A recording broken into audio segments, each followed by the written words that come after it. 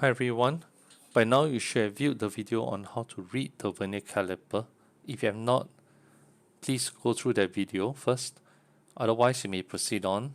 Also, by now you should be familiar with the different parts of the Vernier caliper.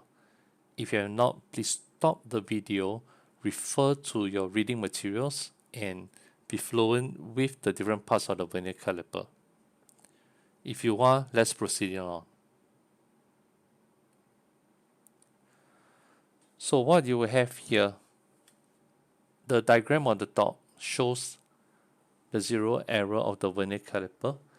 It shows that when the external jaws of the Vernier caliper are closed, the zero marking on the vernier scale somehow is not in line with the zero marking on the main scale. This does not mean that there's something seriously wrong with the Vernier caliper. What it merely means that there's an error. This is most likely due to wear and tear, but the reading still can be measured and read. So how do we read? How do we measure the accurate reading on the Vernier caliper given that there's a zero error? Now first, we must learn how to read the zero error. Then we read the measured reading, and then we know how to either subtract off or add on to the reading, to the measured reading. Now let's first start rereading the zero error. For this diagram, the main scale reading is 0 on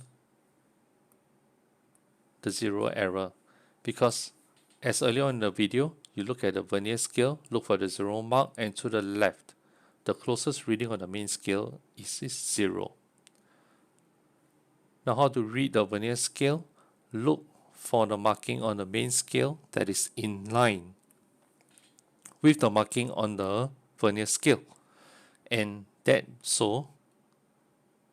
gives you the vernier scale reading be 0.02 centimeters. Now because the zero marking on the vernier scale is towards the right hand side of the main scale, this diagram shows that there is an additional length in your measured reading. I say again, there's an additional length in your measured reading. Therefore, when you measure, as I circle here, your measured reading is 1.31 cm, as already established in an earlier video. Your actual reading, you subtract away 0.02 centimeters.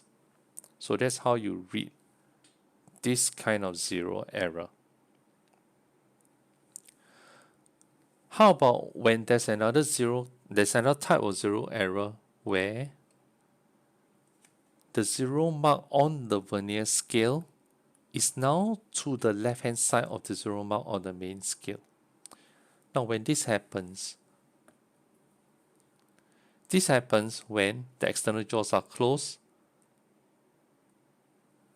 and the zero mark on the vernier scale is to the left of the zero mark on the main scale. So how do we read this? In this case, this is how we're going to read it. We look at this. This is 10. So we no longer see this as 10. We change it to 0. So the marking on the vernier scale is now 0, 1, 2, 3, 4, 5, 6, 7, 8, 9, 10.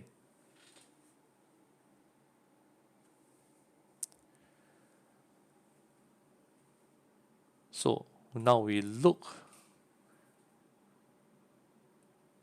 The main scale reading will remain at 0, and we look at the vernier scale reading. Look for the marking that's in line with the main scale, and that is this line 3. Hence, the vernier scale reading is now 0.03 centimeters. Now, because the 0 mark on the vernier scale is to the left of the main scale, we write the 0 error as negative 0.03. So another way of looking at it is that there is a shortage of length in your measured reading. Therefore, when you measure 1.31 cm, you take 1.31 minus 0.03 to give you 1.34. So another way of looking at it is that 1.31 is actually plus 0.03. Like I say again, there's a shortage of length. So you just add on 0.03 centimeters to get 1.34 centimeters.